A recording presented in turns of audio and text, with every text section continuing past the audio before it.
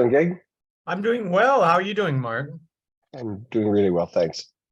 Hey, so congratulations on Double Life. You Oh, thank you.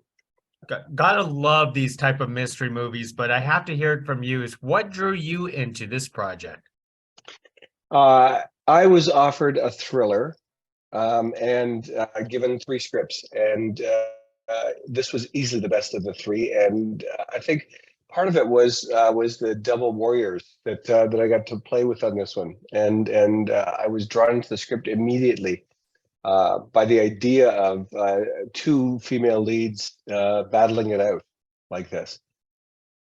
So how did you want to approach a mystery thriller? Because I was looking through your past history, and you have directed across so many different genres. Yeah, yeah. I think what I started out life obviously as a science fiction guy that was doing explosions and aliens for 14 or 15 years, and then accidentally fell into rom-coms, and there's not much crossover in that.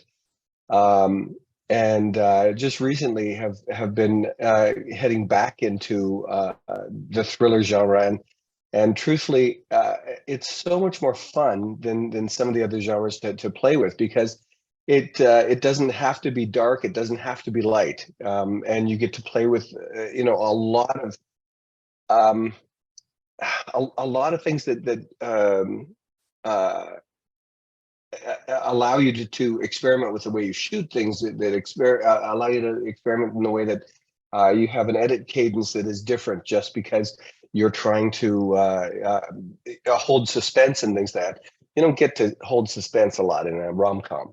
So that was one of the things about the thriller genre that really attracted me, was the ability to be able to shoot it in a different modality than I usually do.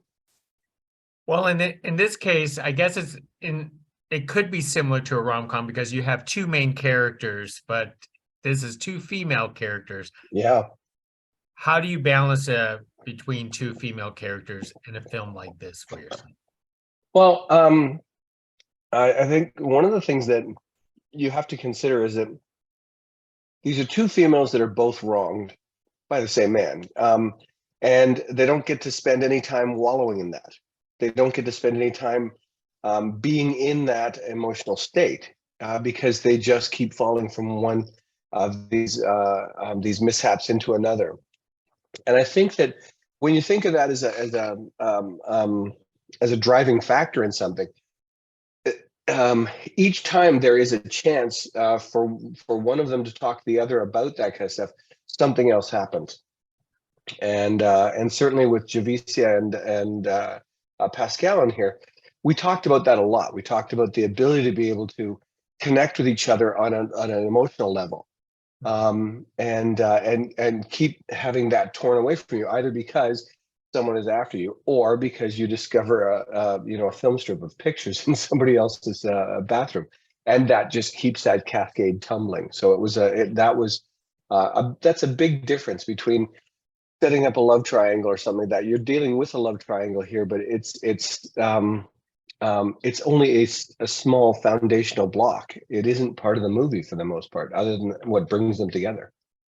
I was going to say that between these two female characters here, it's like an unlikely friendship rather than the opposite of it's like an Yeah, anti-romance, or it brings them together yet pulls them apart at the same time. absolutely. Well, I mean, that's one of the lines of the movie that we kept playing with was, but we're not friends. And they keep assuring each other, no, we're not friends. And the audience knows that there's connection with the two of them each time, and possibly because of this threat from outside that keeps them together. But truthfully, you would think that in real life these two would be friends anyway. The meeting in the cemetery sort of brings Pascal over to Javicia's side, and she just says, you want to go for a drink? And even though the audience, feels how dangerous that is, they're both drawn to each other like that. Now tell us about casting, the casting process to bring the perfect women to play the two leads for yourself? Okay, I'm going to tell you the truth about this. Javisi came in right off the bat.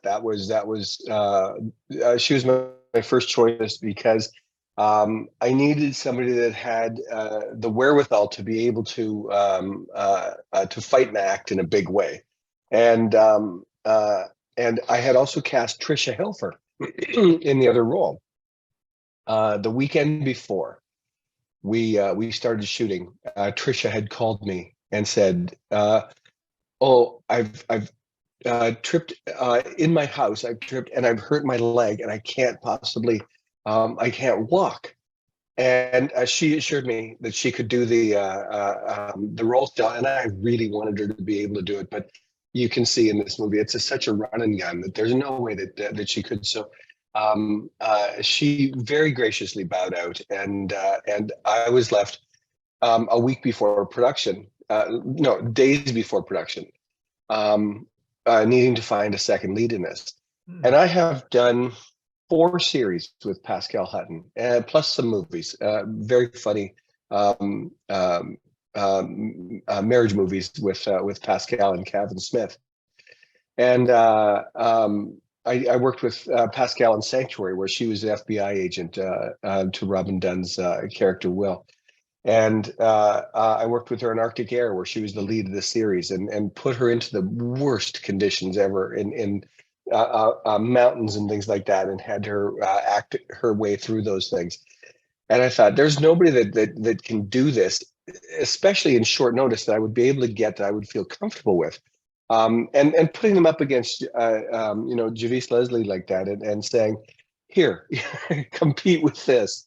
And Pascal stepped in over a weekend. She learned the part, and we read through it together, and went into it and went, this is ridiculous. How am I going to fall into a part like this and be able to literally land in a role that is this tumult that she had to go through every day, with so little preparation, and she did. And to her credit, and to Javis's credit, this movie came off seamlessly, with the two of them working hand in glove with each other. Well, let me remark one more thing, Javicia, because I know she was coming off of a Batwoman. It seems like she didn't miss a step in your film at all. Here's another truth for you. I had to dial Javicia back on screen.